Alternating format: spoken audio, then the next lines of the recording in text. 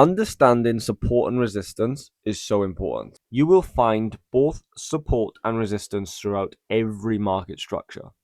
Now, how does it work in the simplest of terms? Support is where buyers come into the market and push price to the upside. And resistance is where sellers come into the market and push price to the downside. What happens if there's enough buyers to outweigh the sellers? You get something called a breakout.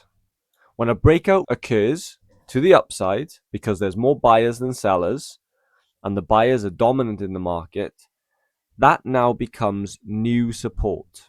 Sellers have come into the market, pushing straight back down into support. Buyers became very dominant and pushed price up and through the resistance zone.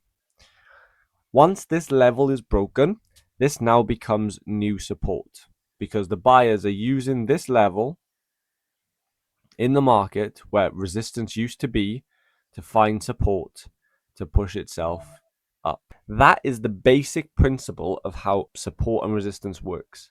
And this works in the opposite as well for sellers when they dominate the market and price breaks to the downside. This now, once was the buyer zone, becomes the new seller zone.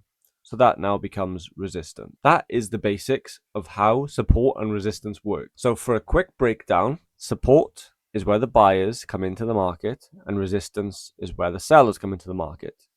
If one outweighs the other, like the buyers here outweighing the sellers, you get a breakout. Once price is broken and held above the previous level of resistance, it becomes new support. So as you can see, we've broken above, we've come back, we've tested this level to make sure, and then we've pushed off again. This is now new support.